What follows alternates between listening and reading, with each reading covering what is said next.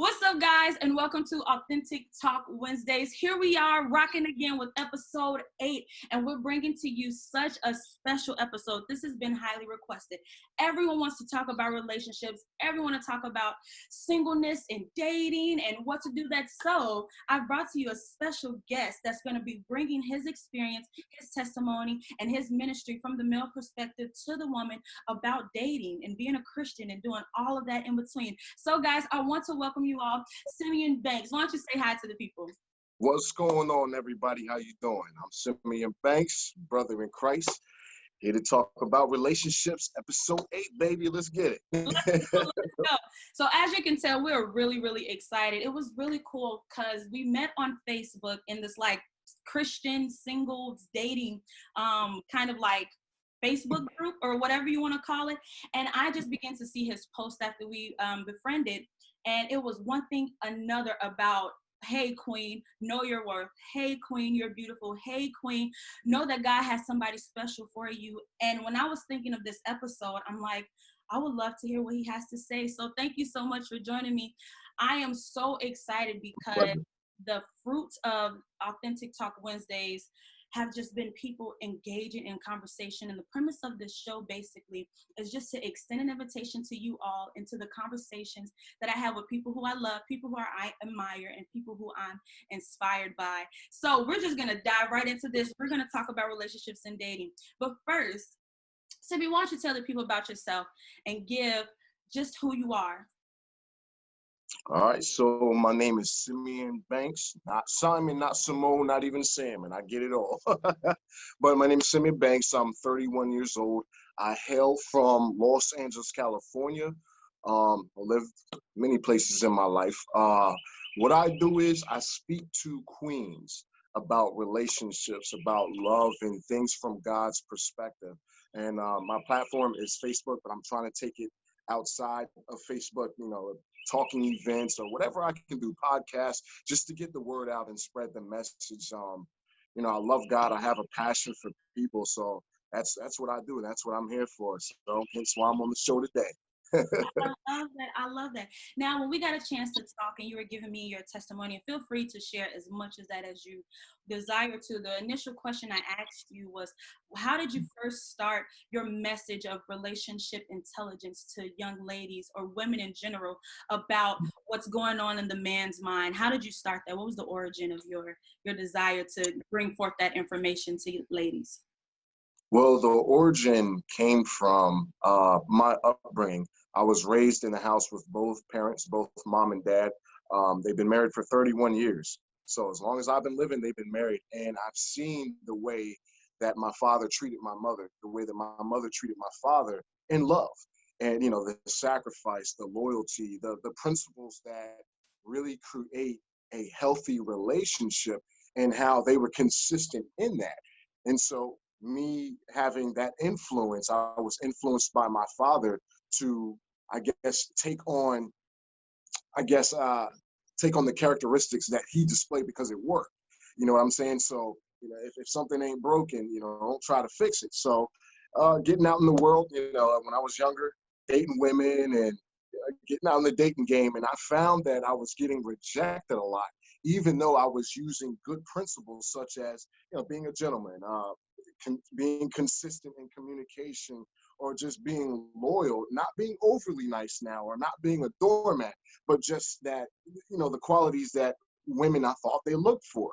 And so I faced a lot of rejection growing up because a lot of the women, they were into the bad boys. They were into the excitement and the thrill that comes from the newness of the relationship. But when it actually came down to cultivating the things that will build on a relationship, I found myself being pushed back or ghosted, or, like, you're not too, hood, not too hood for me, because a lot of girls are into the hood thing.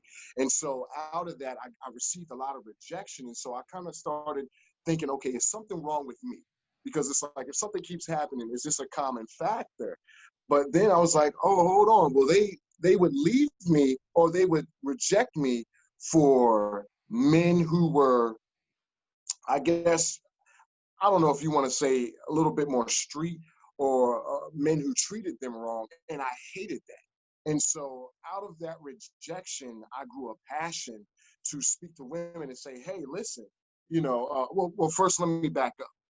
The same women that would reject me would also come back to me and ask me about they would tell me about their problems in their relationships, because I was the guy that the girls liked, but they didn't like enough to commit, but they wanted the information that I had because they knew that I listened and I have a lot of knowledge, because I would often speak about, this is what you do, this is what you look for, bringing things from God's perspective. I was always very chitty chatty about that. And so I guess a lot of girls were like, he's cute and all, but we want the hood people. We are not just the hood people, but we want somebody that has a little bit more, Have I that, don't know, have that edge. yeah, have the edge. And it's like when I got older, I got the little edge, but when I was younger, it's just all innocent. So anyway, out of rejection, I got a passion to speak to women about what to look for, the things that are not good, what's reality and what's not real. And I guess my thing is that your purpose is probably tied to the very things that you hate the most, because what you hate the most often should be the things that you want to change. And so I guess that was all based on my experience. So out of that, I grew a passion for that. And so I started on Facebook. I grew a passion for speaking to women, excuse me. So I started using Facebook as a platform back in 2008. I just started speaking, just posting, and it grew from there. And it's been a blessing ever since. Yeah, no, I can totally agree with that, because this blessed me.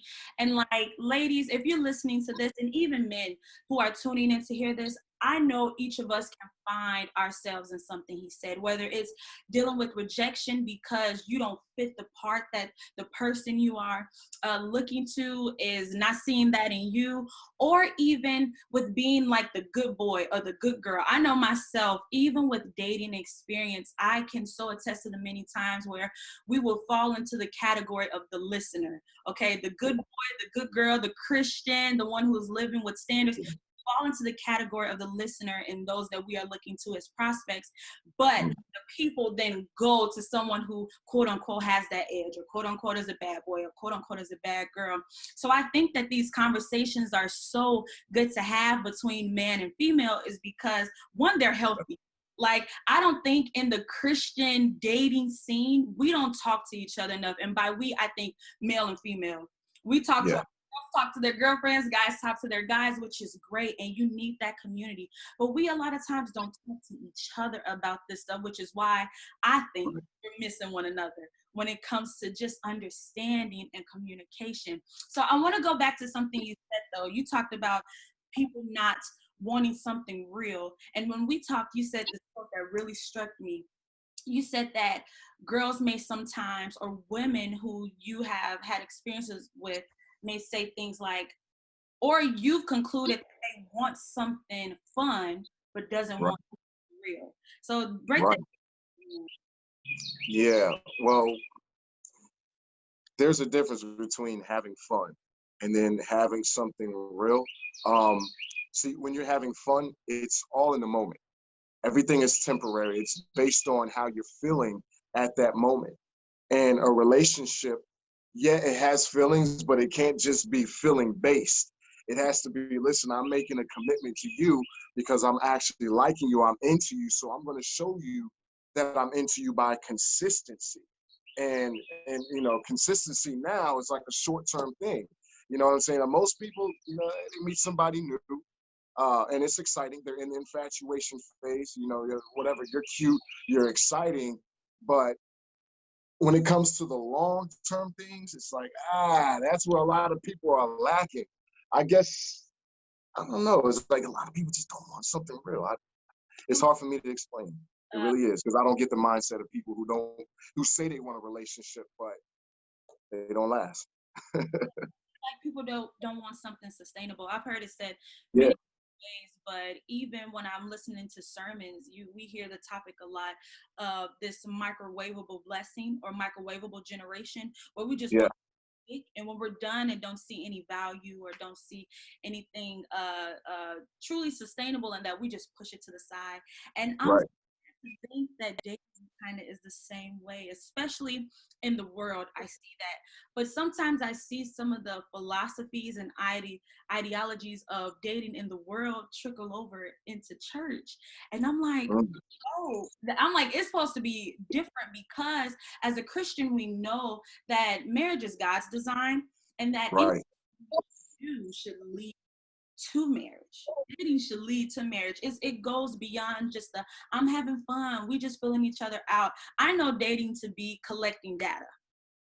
You get to Yeah. know this person, you gain a friendship and confidant in this person, and if it leads to marriage, that's what it is. It's not just to play with one another or play with each other's hearts or to waste time. So I think it's so interesting. And a lot of times I have conversations with my girlfriends and we're like, and this is a question for you too. So you can start like letting your wheels turn.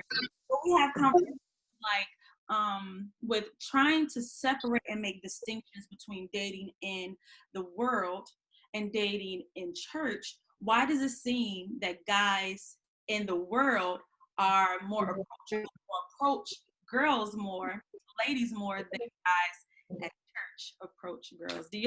Can you shed some wisdom on why that may be or why I feel that way? I don't know. I've never felt that way. I mean, um, how guys in the world will approach women more than guys will approach women in the church. Is that what you're asking? Yeah. Well, I mean, I guess guys in the world, I mean, if you're carnal, you really don't care whether they're in the church or not. You just see what you see. You're not really seeing the value of the woman that you're approaching. You're just seeing her flesh and what she looks like. You don't care if she's Christian or not.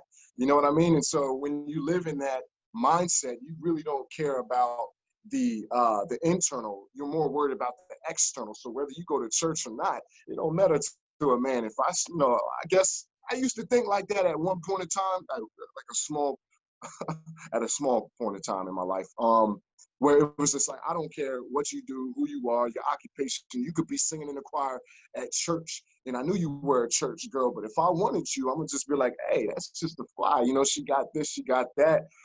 Hey, I'm gonna go after it because I'm in the flesh, and the flesh doesn't really have a conscience. You just want what you want.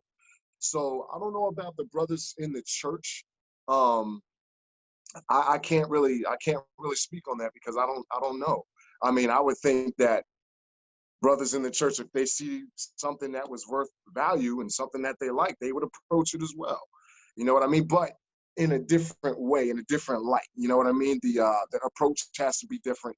It has to be authentic because if you're quote unquote a believer in God, a Christian, then there's a way to go about it, but still being authentic and approach at the same time. So that's my best answer I can give to you right there. Oh, that's good. I love that you said authentic. That's my word, Yeah. right? Yeah. Yep. Because a lot of times when I'm talking with different young ladies, they express that question with frustration. But Mm. hearing it from your standpoint or your point of view, ladies, I hope that you hear that we all know patience is a virtue. But if it's the right one for you, then they will. Yeah. That doesn't mean that we have to step outside of ourselves and be all some type of way to get noticed or to be seen or to get chose, quote unquote.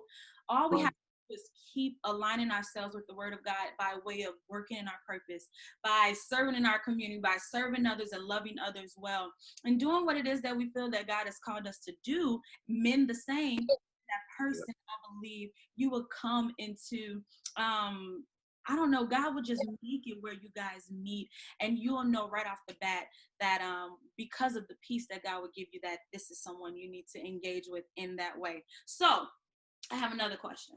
All right. Okay. So does compatibility and suitability differ to you, or are they the same thing?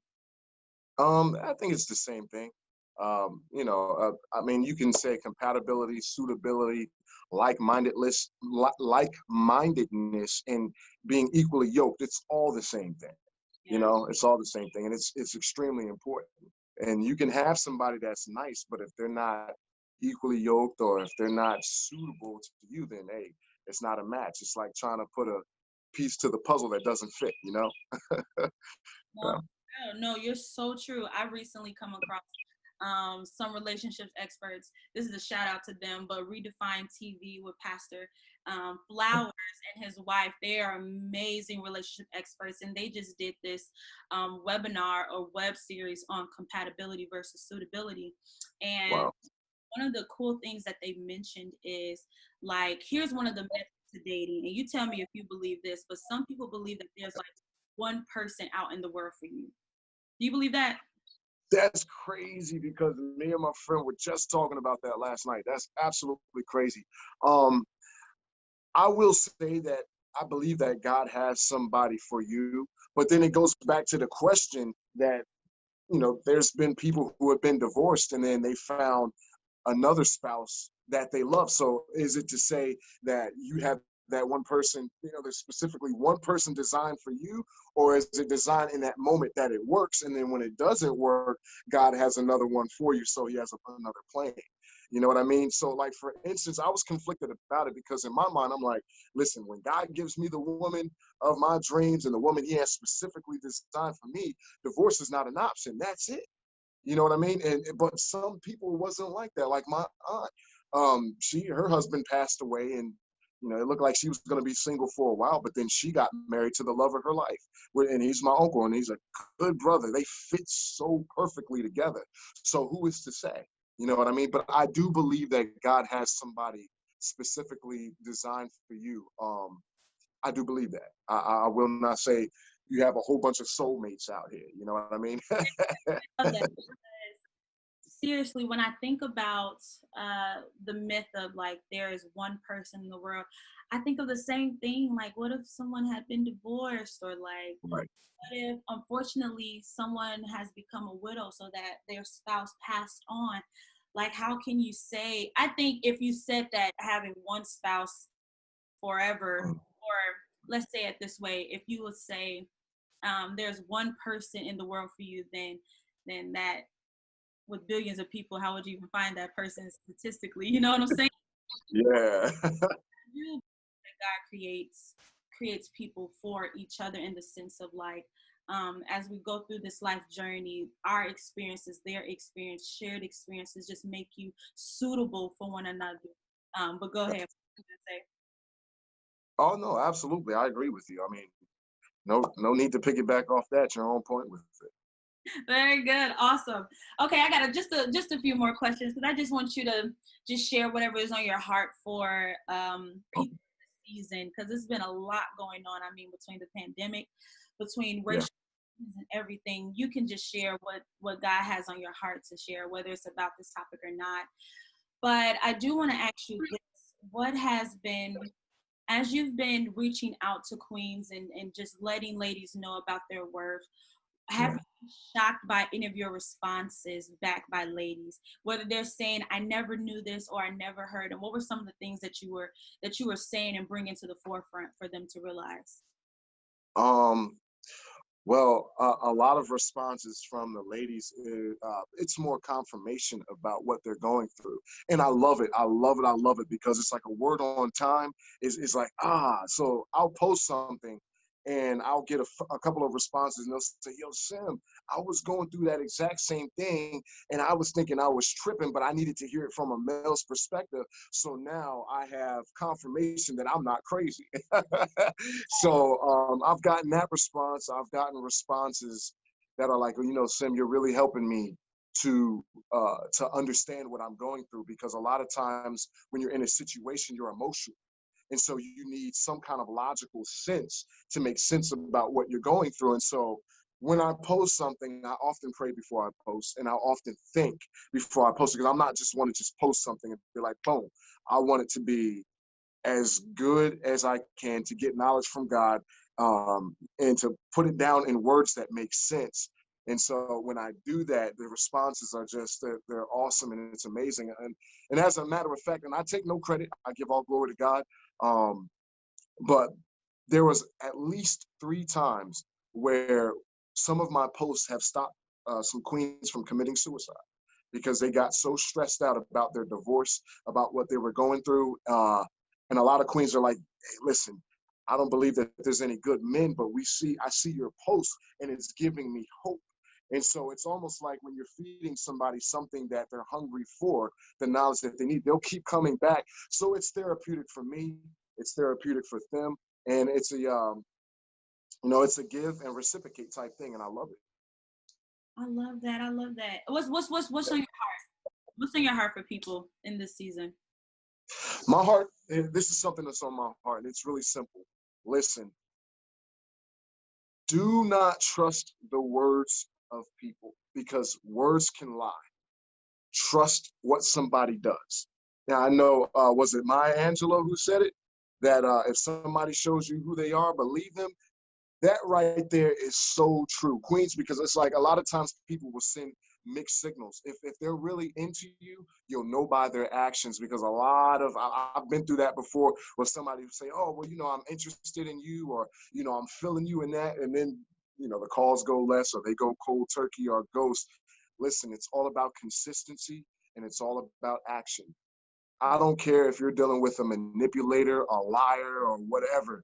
Actions do not lie. Words can.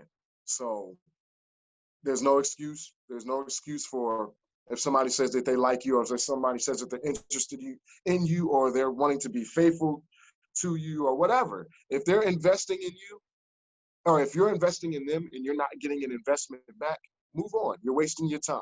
That's been the biggest thing that I've had to tell Queens is, listen, look at the person's actions. And for men out there too, listen, fellas, I want to speak to y'all too. Men, you already know. If she's not interested, obviously she's not going to show that, because her actions are different than her words. So it's all about consistency. It really is. And then not only that, the biggest advice that I can give Queens and Kings is trust in God. Don't trust in yourself. I made that mistake of trying to think logically or thinking with my own emotions. If you put your trust in God, he will show you things even before they take place, because God is a God of truth. And he will expose every lie. He will expose every truth. He will show you the condition of somebody's heart without you even trying to look. He'll just be, hey, that situation will happen over there. Take a look at this. Or certain things will happen that'll bring to your attention something that you didn't see before. Trust in God. Trust in the Lord with all your heart. Lean not to your own understanding, but in all your ways, if you acknowledge him, he will direct your path, and that includes relationships. So that's the best advice that I can give you, is trust in God. That is so good. So good. Guys, I don't know if you take notes when you watch this, but you need to write that down. Trusting in God should extend beyond just your finances, beyond family, beyond just your job, but also into your relationships. Knowing that he will guide you every step of the way, no matter who he brings in or no matter who leaves your life. Trust God, because there's a blessing in it on the other side when you do. That is so, so, so good. You know what I just thought? Even with you sharing the story about how you help women just heal from that, I realize so much more now as I've gotten older that, relationships, man, they can bring such joy and such excitement, but they can also bring such deep pain and and it's truly something that we once again have to trust God with, because if not dealing with those feelings, especially the feelings of grief or sorrow or pain, it turns into bitterness and it turns to a hardening of heart. But what would you say to someone who maybe have gone through a bad relationship, gone through bad times when it comes to a spouse or different things like that? What would you say to them if they're like, okay, I think I'm ready to go back out there and date, or I think I'm ready to go back out and engage? What would you say to those people? The best thing I could say to you is take things slow, but know yourself, love yourself before you can love anybody else. And if you have been through a traumatic experience a traumatic experience where it has affected you spiritually or maybe even mentally and emotionally, it's so important that you take that time to heal, because hurt people hurt other people. And you can't put your happiness in somebody else, because it's like if your happiness is determined by what they do, and because people are up and down, even in good relationships, you have moments where it's like the scale is uneven, and then you eventually balance something out. But you can't put your expectations of happiness and hope in somebody else. You have to love yourself. You have to take time to heal. Let God heal you. If you got to go to counseling, go to counseling. If you got to, talk to your loved ones or have a good support system. And then once you feel that you're ready, remember, just take it slow. And this is a point that I'm going to make to you all. First impressions are often not who the person is, because people will put their best foot forward because they have to impress you. So the thing is to go into something, if you're going into a new relationship, or if you're going back out in the dating game, just don't have expectations. Just go in it with an open mind, just, and step back and see, okay, who am I dealing with? Lord, who is this? Listen to what they say, because out of the abundance of the heart, the mouth speaks, and watch what they do. Watch what they do and take it slow. And the problem is, like me, I used to have the mistake where I love hard. I love hard. Once I get involved with somebody I like, boom, I'm going 100 miles per hour. And a lot of us have made that mistakes, especially in the time where, we're tired of being alone. And one of the worst things that you can do is to rush something and make a lonely decision, because lonely decisions, that it's a temporary decision that might cost you long term. You know what I mean? Wait. So Wait. You say that again. Say that again. Somebody needs to hear that. Say it louder for the person in the back. So lonely decisions, that's a short-term decision that can cost you long term. So for instance, and can I keep it real? I'm gonna keep it raw and real, nothing crazy. But let's just say you're feeling lonely and you meet a person and they can sense the fact that you're lonely because of what you're saying. They present themselves as the solution to your problem. And so what do? They give you a good time. They make you laugh, because especially, for the queens, men know that a way to a woman's heart, you got to open her up, make her laugh, make her feel comfortable, take her guard down, put her mind at ease, speak real low and real smooth, because that has a little, I guess, a soothing effect to it. And let me just speak to your flesh or whatever, whatever you're going through. And then, hey, what do you know? Hey, you trying to come over tonight? Boom, you come over, you sleep with them, you get attached. That person starts falling back because then they really didn't want you, but then you want them because now you got a soul tie and you don't even know why it's hard to let go. And so you see the whole process, and it's all because of that lonely decision, that your physical needs, or maybe that just the need to be wanted. Take it slow. That's why you got to love yourself and have a standard. Have a standard. That's the biggest thing. Have a standard, because when you have a standard, those who don't tend to fall back because it's too hard to get you, because they know that you're not easy. And you know what I mean? You got to love yourself. That's all it is. Jesus. Yep. That's real talk. That's real talk. Now, if you didn't pick up that notepad and pen before, you definitely need to write down something he said. That is real talk. That is, and I think that once again, it's so important to have these conversations, because who is telling people this? Who is telling young ladies this? Or who is telling young men this? Like, even if telling the young lady, beware of this, and it's telling the young man, don't do that. You know what I'm saying? Like, to have these conversations. We need to have these conversations. So, I'm so blessed by the words you shared tonight. Where can people find you? How can they tune into what you're doing, plug into your ministry, and plug into just sowing into you and who you are? Yeah.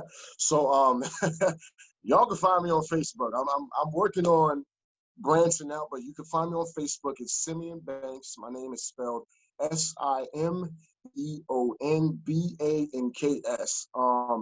Yeah, y'all can find me on there. My email, if you guys want my email, it's SimeonBanks@AOL.com. Don't make fun of me because I still have AOL, whatever. It still works, but y'all can reach me there. You said it. Yeah. So y'all check me out. Y'all, You know what I mean? Every day I'm usually posting. I took a little break, but I got a podcast on Facebook. I'm about to be on YouTube. I'm gonna get started on Instagram. So, but if y'all looking for me, find me on Facebook, and then I'll branch out from there. Oh, great, great, great. Okay, so guys, I'm going to link all of his social media information somewhere in the description box, even above for YouTube, below for Facebook. Wherever you're watching this, I want you to make sure that you tune into him because he got some great wisdom, as you can hear and as you have already seen. Yo, Simeon, thank you so much. That was dope. Dope. Literally, I gotta have you back on here again because I think we're gonna need to do a part 2 where we dive even deeper into some of these topics that I know I'm talking about with friends and that I hear all around the world with Christians and singles and dating. Willing to do that? I'm willing to do that. Let's go, babe. I'm on it. Well, guys, I want you to know that you are loved, that you are desired by the Creator and by a Father, someone who wants to know you deeply. Would you desire to inspire? And until next time, we'll see you. Bye. All right, later, y'all.